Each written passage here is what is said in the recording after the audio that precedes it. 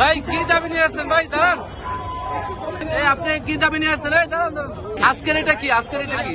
আমি সাধারণ মানুষ আসছে এই জায়গা ওনাদের ঝাড়ু হাতে, ঝাড়ু নিয়ে মানে আমি নিচ্ছি। আপনি টেনে আনলেন কেন? আপনি তো আমাকে টেনে আনছেন ওই জায়গা থেকে।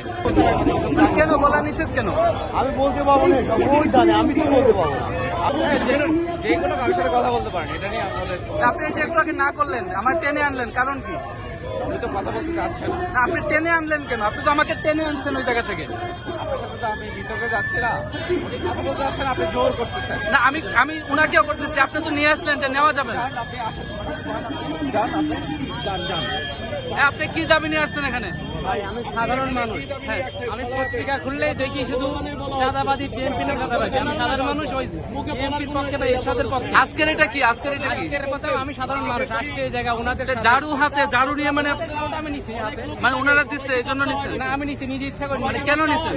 ওই দিন সকালে পত্রিকা পড়লেই চাঁদাবাজি, বিএনপি এলাকা বিএনপির বিরুদ্ধে কথা হচ্ছে বলে আসলাম। আমিও প্রতিবাদ করি।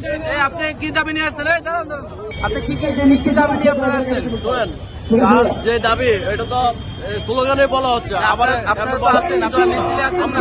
মুখ থাকলে সব কথা বলা যায় না। মিছিলে